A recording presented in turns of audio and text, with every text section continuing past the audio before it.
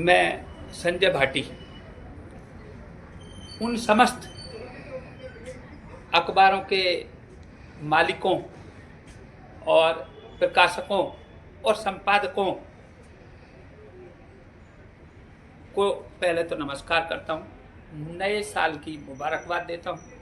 उसके साथ साथ मैं ये बता देना चाहता हूँ कि आप जो इन प्रिंटिंग प्रेसों के खेल में फंसे हुए हो, मैं इस प्रिंटिंग प्रेसों के खेल और जो घोषणा पत्र की जो एक सिस्टम के तहत आप फंसे रहते हो इनके पास,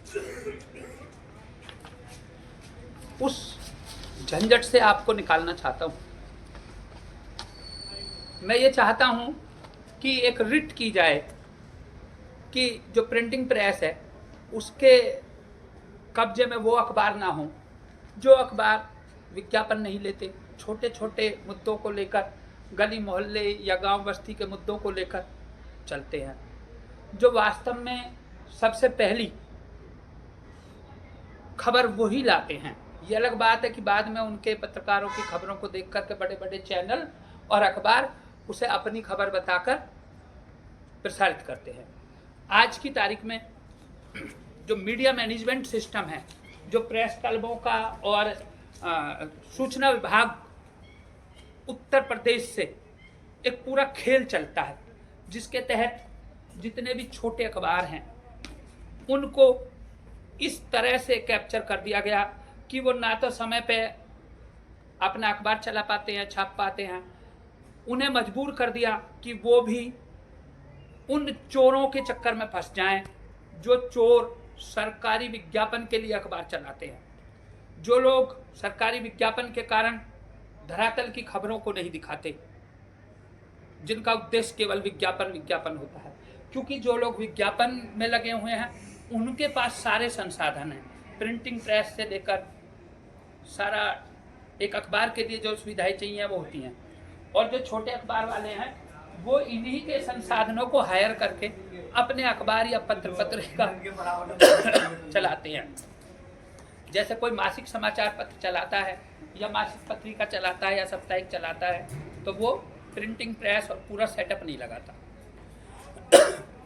तो वो किसके पास फंस जाता है? जिनके पास सेटअप होता है, और जिनके पास पूरा सेटअप होता है वो उन्हें बिल्कुल अपना पिट्ठू बना लेते हैं। हमारे गौतम बुद्ध नगर में भी कुछ प्रिंटिंग प्रेस मालिकों के पास जहां सेटअप है, उनके पास सैकड़ों संपादक जो है इस तरह से फंसे हुए हैं, क्योंकि उनका प्रकाशन और सारा कार्य वहीं से होना है, नियमितता वहीं से होनी है। तो आप गंभीरता से गौर करें। मैं आप में से सबसे आपके घरों पर अकेले अकेले बात करना चाहता हूं, क्योंकि यदि आपसे जो है ग्रुप में मिलते हैं तो कुछ लोग ऐसे होते हैं जो फ्रॉड टाइप के हैं और आपको जो है समझने नहीं देते इस मुद्दे को।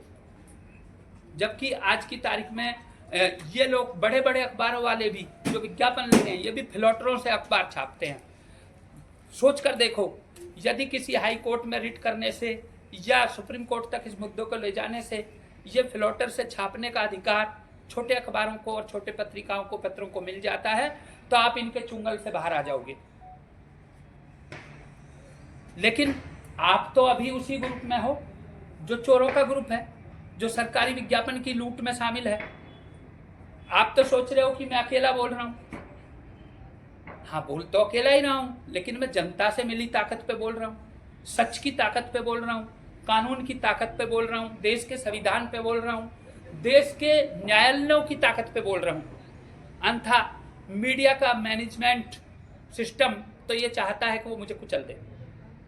ब्यूरोक्रेट्स भी नहीं चाहते हैं कि ये सच्चाइयाँ जनता के सामने जाए, क्योंकि यदि सच्चाइयाँ जनता के सामने जाएंगी, पत्र पत्रिकाएं सच लिखने में कामयाब हो जाएंगी, तो ना जाने क्या क्या होगा। मेरा तो ये भी कहना है, जो लोकतंत्र मुट्ठी भर लोगों की कठपुतली बन गया है, वो लोकतंत्र फिर से बहाल हो जाएगा। आज मैं आपको बता दूं, मैंने जिले के सभी अखबारों की अनियमितता और नियमितता की 3 साल की रिकॉर्ड हासिल कर ली है। और खास तौर से बता दूं, जो हमारे जिले के सबसे बड़े ब्लैकमेलर अखबार हैं जो पीडीएफ पे किसी का भी चरित्रहरण कर देते हैं, पीडीएफ से ही वो अनियमित हैं। अब मैं इन दोनों बड़े अखबारों का खासतौर से मैं जिले के डीओ साहब से कहना चाहूंगा कि ये जो अखबार आबकारी विभाग के खिलाफ खबर छापते हैं, ये तो अनियमित हैं, छप ही नहीं रहे। अब लोग कहेंगे मेरे वाले नहीं छप रहे। भाई मेरा तो गला घोट कर रखा गया, और इस गला घोटने के लिए जिम्मेदार जो है, जो पूर्व के सूचना अधिकारी हैं राकेश चौहान जी, उन्होंने एक पूरी सियासत की, और ये सियासत उन्होंने प्रिंटिंग प्रेस मालिकों के साथ की। मैं बार बार प्रिंटिंग प्रेसों के घोषणा पत्र बदलता रहा, जिस भी प्रिंटिंग प्रेस का मैं घोषणा पत्र भरता रहा, राकेश चौहान जी उन्हीं से जो है इस तरह का मंत्र पढ़ते कि मेरा ही अखबार नहीं छपता। तो मैं तो मान रहा हूं इस बात को, लेकिन दोस्तों मैंने पहले से ही प्रेस काउंसिल को और जिन जिन को लिखना होता है उनको अवगत करा रखा है कि जिले में मेरे साथ ये हो रहा है।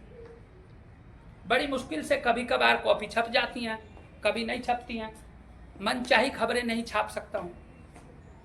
और पीडीएफ के खेल में मैं उतरना नहीं चाहता, क्योंकि पीडीएफ जो है वो गैर कानूनी है। हमें जो अखबार का प्रकाशन का अधिकार मिलता है वो अखबार छापने के लिए मिलता है, ना कि सोशल मीडिया पे पीडीएफ वायरल करने का मिलता है।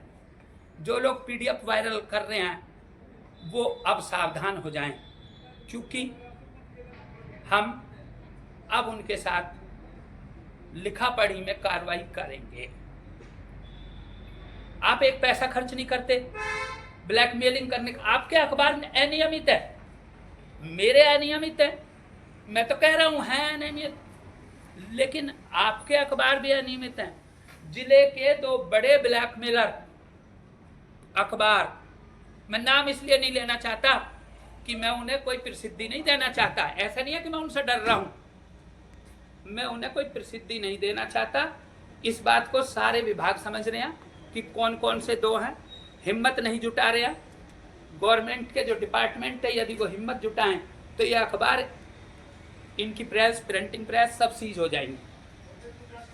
तो मैं कहना चाह रहा हूं कि जो पत्रकारिता में वास्तव में पत्रकारिता करना चाहते हैं वो हमारे साथ आएं और इस ब्लैकमेलर ग्रुप के नेक्सस को तोड़ें। ये ब्लैकमेलर ग्रुप का नेक्सस जो है वो प्रेस क्लबों तक जुड़ा हुआ है। आपको लग रहा होगा कि एक व्यक्ति प्रेस क्लब के खिलाफ बोल देता है, सरकार के खिलाफ बोल देता है, डीएम साहब के खिलाफ बोल देता है, इसलिए बोल देता है कि मेरे पास साक्ष्य है, मुझे नॉलेज है, मैं कानून को बहुत बारीकी से जानता हूं। इसी के साथ नमस्कार, धन्यवाद।